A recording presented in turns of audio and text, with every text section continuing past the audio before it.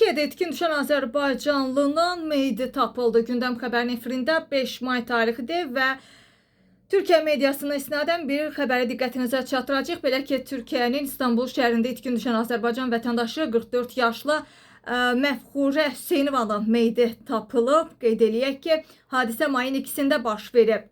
Həmin gün o Kadıköy sahil körpüsündən keçərək Bərəyə minib və göyərtədə olub. Onun yanına çantası da olub. Bir müddət sonra isə qadının gəmidə olmadığı müşahidə edilib, lakin şəxsi əşyaları isə yerində qalıb.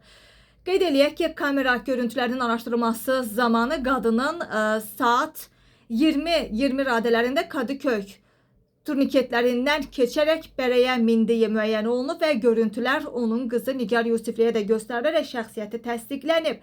Lakin gəminin son dayanacaq olan Beşiktaş sahil körpüsündə aparılan baxışda isə qadının düşdüyünə dair heç bir görüntü aşkarlanmayıb və üstəlik gəmidəki kameraların isə 14 apreldən bəri işləmədiyi təsdiqlənib, bildirilib. Azərbaycan vətəndaşının meyidi isə mayın 5-də İstanbulun Haydarpaşa sahili yaxınlığında tapılıb və meyit məhkəməyə tibbi ekspertizaya göndərilib və hadisə ilə bağlı araşdırma isə hazırda davam etdirilir.